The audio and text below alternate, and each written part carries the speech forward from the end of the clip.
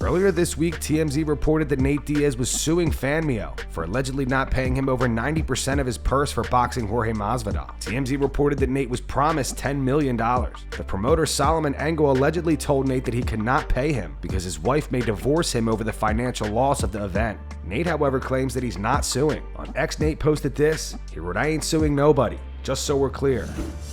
Conor McGregor had words for Ilia Topuria last night at the BKFC press conference. Conor said the appetite for fighting and combat sports is big here in Spain. "I'm not here for no reason, my man. Topuria, slap him back to, slap the head off him. No problem. I'll slap him back to Georgia." Ilia Topuria fired back at Conor. He wrote, "Pinky toe.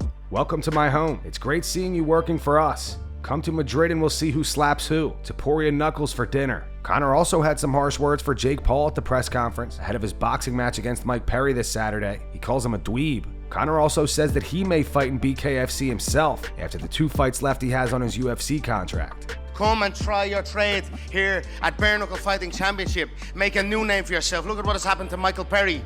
You know, one of our big stars here, the King of Violence, he titles himself. And you know, he's had such a rise in the sport. Now he's up against you know, a little dweeb of a thing in a fight this weekend that we're all rooting for him. But you know, this is the real deal. No one in this combat sports space can speak one word of bad mouth about a bare knuckle fighting world champion, and that for me is money in the bank. So you know, for me, I have a bit of business left with the Ultimate Fighting Championship, 2 fights left on my contract, but for sure we've got 3 lightweights up here on the dais, and you know, I have my eye on all of this. You know, I'm not up here just as an owner, you know, player manager. I'll title myself on this one, yeah. Curtis Blaydes isn't thrilled that the fight against Tom Aspinall will be around 4 a.m. Blaydes says it makes it feel like it's not a real title fight. Blaydes vs. Aspinall goes down at UFC 304 on July 27th in Manchester, England. He went on to say, "In a perfect world, it's Aspinall versus Jones in a title unifier, but that's not the world we live in. The UFC's had a lot of weird, wonky matchups over the years. It's normal for the UFC. I'm not like, oh my god, it's normal. The biggest difference is it's going to be like 4 a.m., and that's what doesn't really feel like a real title fight. You wouldn't have McGregor fight at 4 a.m. regardless of where it is in the world. That makes it feel a little less. But I don't care. I'm getting the title fight purse money. That's all that matters. If I'm tired 5 minutes before they call my name, I guess that's on me. If you can't get up for a title fight, you don't deserve it. That's my preparation. There's always pressure. Nobody wants to get knocked out on TV in front of millions. Regardless if it was on the prelims or whatever, that's always the pressure I have. I don't want to lose, but there's no extra pressure because it's a title fight. It's just the pressure of a fight that's always there." Daniel Cormier gives his take on Jon Jones getting charged with 2 misdemeanors over the incident with the drug testing agents. DC says that he thought this story was BS the whole time. My boy Jon Jones. Guys, he got served 2 misdemeanors for the incident with the drug testing lady.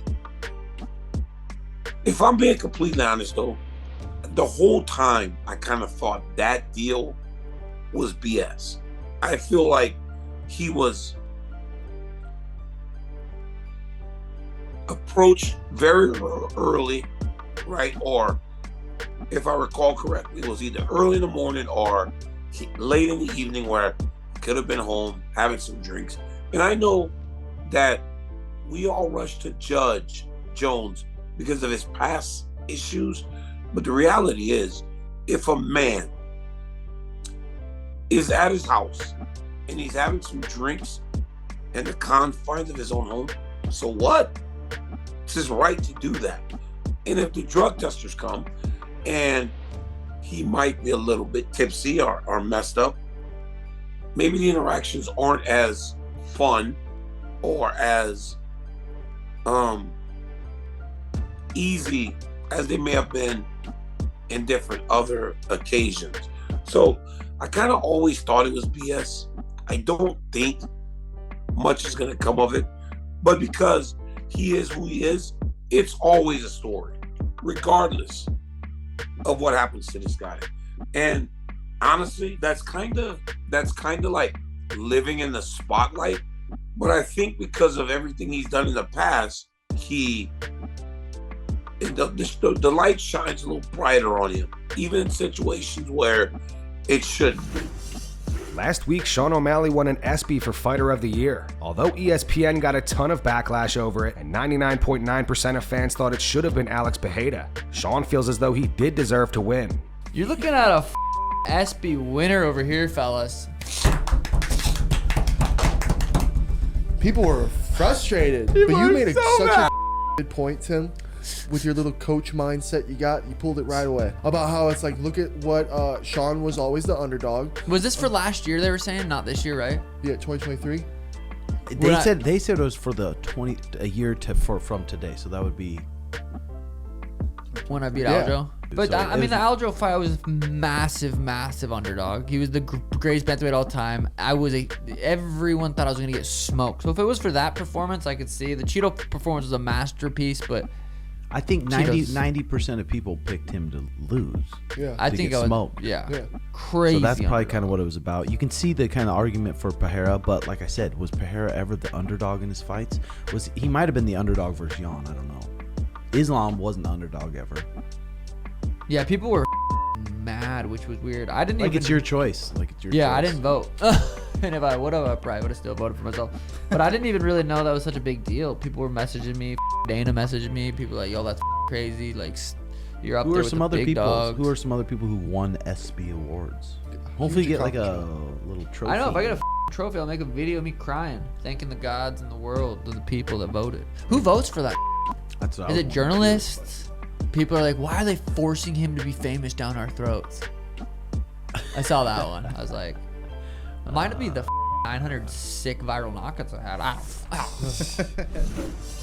Dana White says that Joe Rogan is pushing for him to book Jon Jones versus Alex Pereira on the big podcast with Shaq. Dana said it's a possibility. I mean, Joe Rogan is pushing me right now to try and make that fight. Guys, let me explain something to you. Jon Jones is a whole nother level. I consider Jon Jones the greatest combat fighter of all time. Jon Jones is the nastiest dude ever in the history of combat sports. Jon's got a dark side to him, man. Jon's got those dogs that'll rip your arms apart and do all of that shit. He shoots guns. Jon Jones is a killer in every way that you can be a killer. And that's going to wrap it up for the news. Thanks for watching. For daily MMA news and content, subscribe to Full Mount MMA and click the bell icon to be notified when we post videos. Here are the 3 top comments from last video. The first one's from Jon Jones. Says, there's no way in hell I will stop drinking alcohol. The second one says, abstinence from drinking is the toughest opponent that Jon has ever faced. The final one's from MMA for Life. Says, Jon not allowed to consume alcohol. I don't see this going well for him. Those were the 3 top comments from last video. If you want to be featured in the next one, all you have to do is comment down below. And if you missed yesterday's news, click the video on screen right now to get caught up.